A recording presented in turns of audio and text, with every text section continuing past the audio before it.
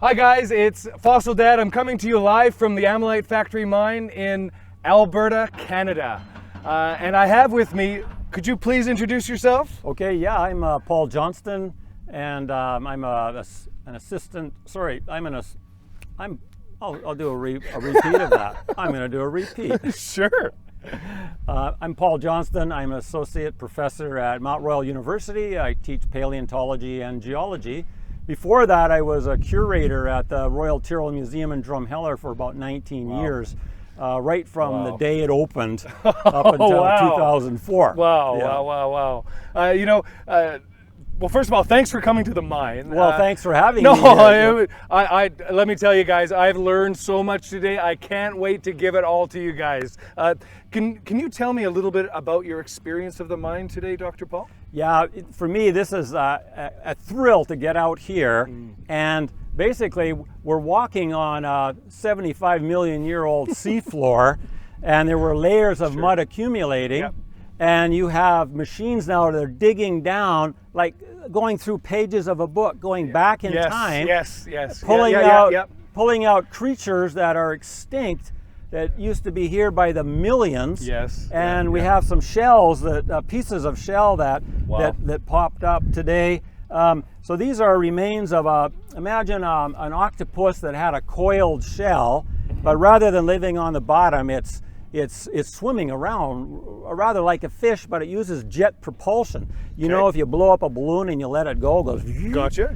They're squirting water out one end, and then the whole shell moves through the water, and their tentacles are out here like this. So that's how they actually move through the water. So they're not using their tentacles like we would our feet. Kind of interesting. Okay. Yeah. Well, what else can you tell me about the species Ammonite? Yeah, so, the ammonite is a general term for these squid-like or octopus-like creatures that had coiled shells, and they were around for about 200 million years. Wow. And they went extinct the same time the dinosaurs went extinct, probably as a result of a big impact.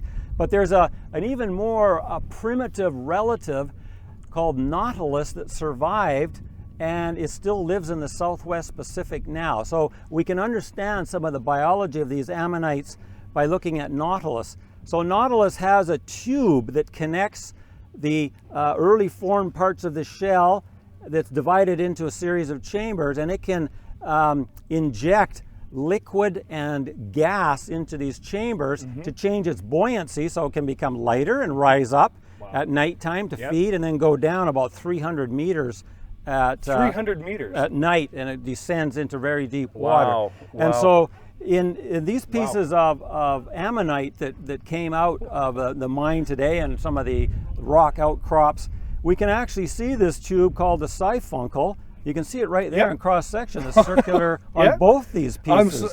That's so well preserved. Is this normal to get pieces like that where you can see the Scifuncle?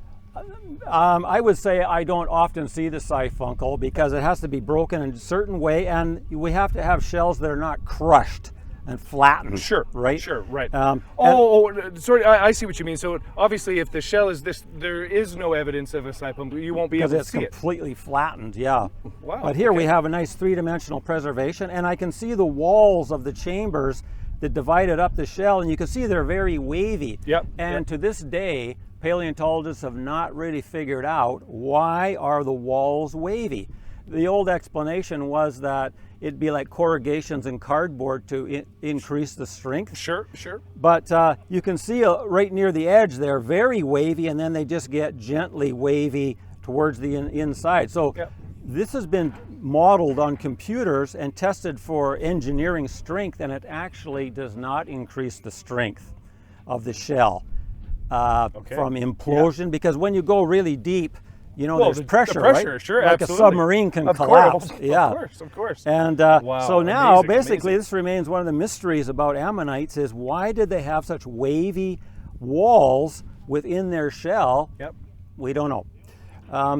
But the other thing that's unusual about this site is that these ammonites, a species called Placentaceras mekai, that's the Latin name for them.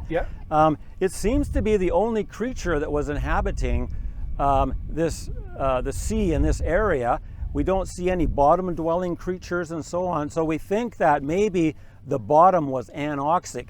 These guys are swimming in the waters above, and then their shells would fall to the bottom.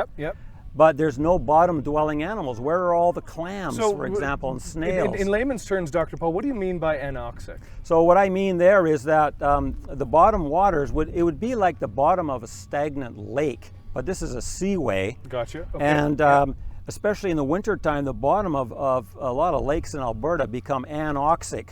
So that means there's no oxygen down there, so things can't live on the bottom. Right. So the fish, they all hang around up on the surface waters. Sure. And so this seaway at times became anoxic at the bottom. Wow. And so the bottom-dwelling creatures aren't here. We're not seeing no snails, no clams, no burrowing animals. Right. Yes. Yeah. I haven't seen any clams here compared to St. Mary's or other sites. Wow. Thanks for that. What in your opinion would be the best thing about Ammonite or Ammolite? Whether you choose the gemstone or the animal itself, what is the best thing that you feel that a viewer should learn and should know about the creature? I think that, you know, when you hold this in your hand, you have to imagine a living animal, a species that came and went long before humans ever appeared on the planet. Millions of years before us. And survived this vast amount of geologic time. They're reproducing. They were probably predators themselves, maybe grabbing small crustaceans and so on to feed. And then disappeared from the planet along with a whole parade of other creatures, including the dinosaurs, of course, all the marine reptiles. And this, what had been a very diverse group, completely disappeared and left these remains for us to tell us their story. How many, this may be hard for you to quantify, but how many species would there be of Ammonite? Oh, that's a good question. I would say there's probably, several hundred at least. Do you mean documented or proved, or? I mean documented, and of course there's still new species to find. History creating itself daily. Sure. Because I know with modern clams, there's 25,000 species. Okay. Wow. Okay. Whereas mammals, you know, like our group, right, things with hair, and our babies have milk. There's only about 5,000 species of mammals. Very interesting. And so clams now, and these guys, maybe that might have been even too conservative. I would say, maybe it could well be several thousand species. Now that I think about it, all that have been described by paleontologists. Sure. Can you please expand on? I know that you're the ex-curator at the Tyrell Museum. Can you please expand on what was that like to create something like that? Yeah, well, when I arrived, you know. And what year was it as well? Give us a little bit of background here. I want to hear it. Yeah, so I arrived there in 1985 in the spring, and so I worked with the other curators there and exhibit designers and so on, and we'd sit down and figure out how are we going to display, you know, ammonites, for example, right? What's the story we're going to tell? So I would write out kind of storylines and so on, and then the designers would just and look at the specimens and take photos and build cabinets and do models and so on of the galleries. So we did that, and then it opened on I think it was September 25th, 1985.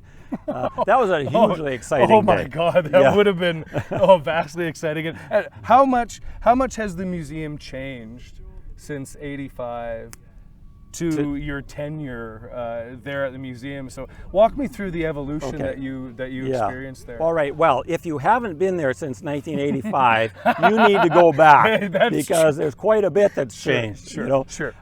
So my area was all the time periods before the dinosaurs. So all the ancient sea life and so on. And there's one place where you walk kind of on glass and you see creatures from the Cambrian period. Beautiful. And it's like I imagined, all right, let's shrink the visitor down. If you were one of those creatures on the sea floor and you have all these weird Cambrian animals. And then we have a Devonian reef, of course, and in the subsurface, these reefs produce a lot of oil and gas. And so, you know, how to tell all those stories was a lot of fun, actually. I couldn't imagine the fossils that you were able to handle while you were there and see while you were there. Plus, you know, the museum director would say, okay, you know, we need some Devonian fossils, you know, go forth and get some. So, you know, I'd jump in the truck and grab my hammers and, you know, away I go. So very similar to what you did today at the mine. Yeah, exactly. Yeah. Well done. Well, thank you so much for joining us today, Dr. Paul, at the Ammolite Factory Mine. Oh, well, thanks for letting me come and visit. Well, and viewers, you're going to see more of Dr. Paul after in post-production as well. We're going to spend more time with him. We've had an awful long day here at the mine, and I don't want to keep anyone here any longer. Thanks a lot, guys. Okay, thanks everybody.